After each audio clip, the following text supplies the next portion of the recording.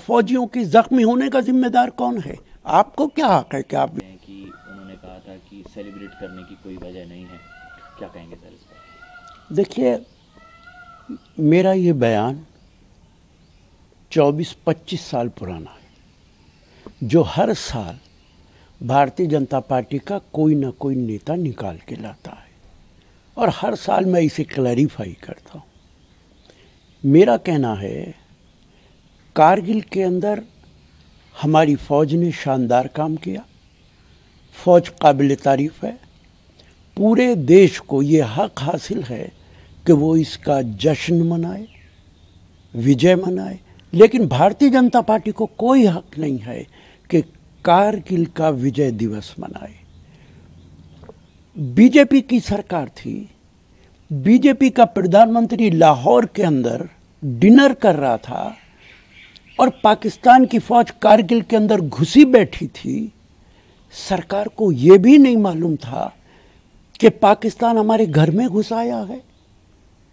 एक लद्दाख का गडरिया, ताशी जिसका नाम था, उसने ये इत्तला दी, इंटेलिजेंस ने इत्तला नहीं दी, भारत सरकार की किसी एजेंसी ने इत्तला नहीं दी। एक गडरिये ने इत्तला दी ताशी ने सरकार को कि ऐसा ऐसा हो रहा है हमारी धरती पर। तब कारगिल हुआ है, तब हमारे 545 फौजी मारे गए हैं, हमारे 1500 फौजी जख्मी हुए हैं। कौन है इसके लिए जिम्मेदार? अगर हमारी सरकार को पहले से मालूम होता, हमारी सरकार आंखें खुली बैठी होती, सरकार की इंटेलिजेंस काम कर रही होती, तो हमारे 545 फौजी नहीं मारे गए। बीजेपी को तो ये जवाब देना पड़ेगा कि हमारे फौजी मरने के जिम्मेदार कौन है, उनकी शहादत का जिम्मेदार कौन है, 1500 फौजियों की जख्मी होने का जिम्मेदार कौन है। आपको क्या हक है कि आप विजय दिवस मनाएं? विजय दिवस हम मना सकते हैं, देश मना सकता है, बीजेपी नहीं मना सकती है। और फिर मैं बीजेपी के नेताओं से ये भी पूछता हूँ, अटल जी की सरकार ने उस वक्त एक कमेटी बनाई थी, उस कमेटी का चेयरमैन मौजूदा फॉरेन मिनिस्टर के फादर मिस्टर सुब्रमण्यम स्वामी थे। उनकी रिपोर्ट भी पढ़ लो कि उन्होंने सरकार से क्या क्या कहा था कि आपकी क्या क्या कमियां। राशिद अलवी के अलावा मौजूदा फॉरेन मिनिस्टर के फादर की रिपोर्ट पढ़ो कि उन्होंने आपकी सरकार के ऊपर क्या क्या कमियां निकाली थी और क्या क्या रिकमेंडेशन दी थी।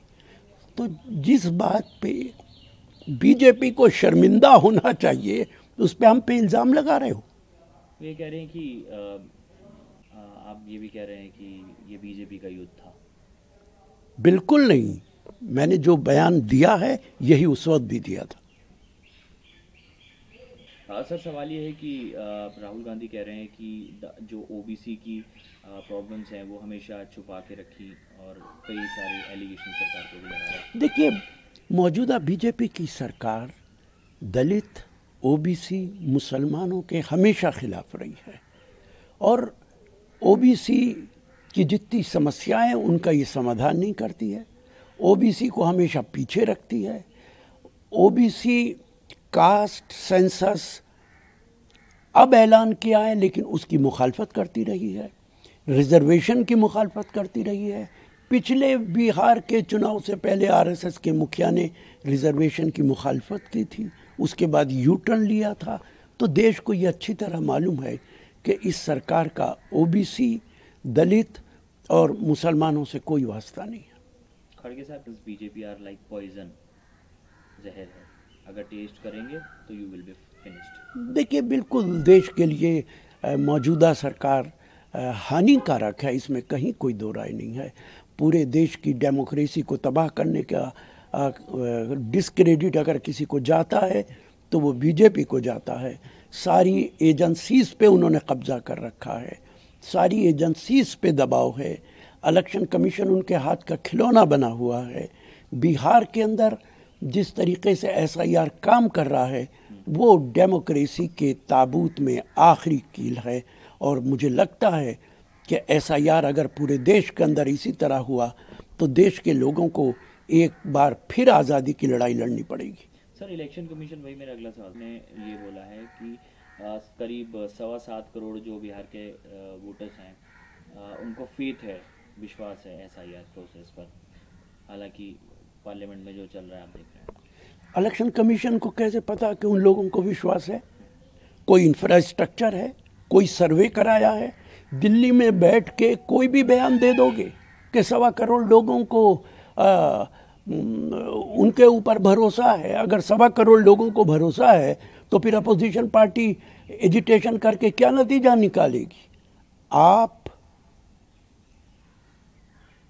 बिहार के अंदर आपके अधिकारीगण नाजायज तौर पे वोटर लिस्ट में उन लोगों के वोट बना रहे हैं बगैर उनके दस्तखत के, जाली दस्तखतों से, जिनको बीजेपी चाहती है, और जिनको नहीं चाहती उनके वोट काटे जा रहे हैं। उसमें मुसलमान भी हैं, उसमें ओबीसी भी हैं, उसके अंदर दलित भी हैं। एसआईआर अगर इलेक्शन कमीशन बिहार में कराता है तो मैं तमाम अपोजिशन पार्टी से अपील करूंगा कि इलेक्शन का बाइकाट करें, चूंकि ये तरीका बीजेपी ने नया निकाला है कि वो पूरे देश के अंदर किस तरह फ्रॉड करके चुनाव जीत सकती है। सर इसके अलावा ऑपोजिट कई सारे इश्यूज पर पार्लियामेंट में चर्चा हो, तो ऑपरेशन सिंदूर हो गया, एसआईआर इशू हो गया। किरण रिजिजू कह रहे हैं कि सभी इशू इकट्ठे डिस्कस नहीं हो सकते, हम पहले ऑपरेशन सिंदूर पर डिबेट करें।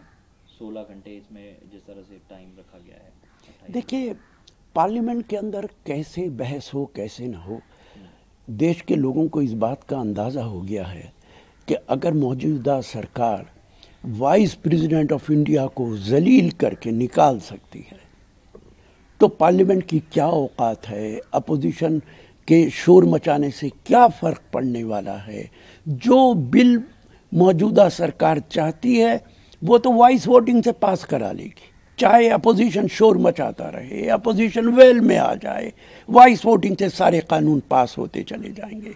अगर ये सरकार देश के वाइस प्रेसिडेंट की इज्जत नहीं करती है तो अपोजिशन की क्या इज्जत करेगी? जिस वाइस प्रेसिडेंट को खुद उन्होंने चुना है उस वाइस प्रेसिडेंट के खिलाफ है ये मौजूदा सरकार, तो किरण रिजिजू जी के इन बयानात का कोई मतलब ही नहीं रह जाता। जलील करके कैसे निकाला सर, आप कह रहे हैं?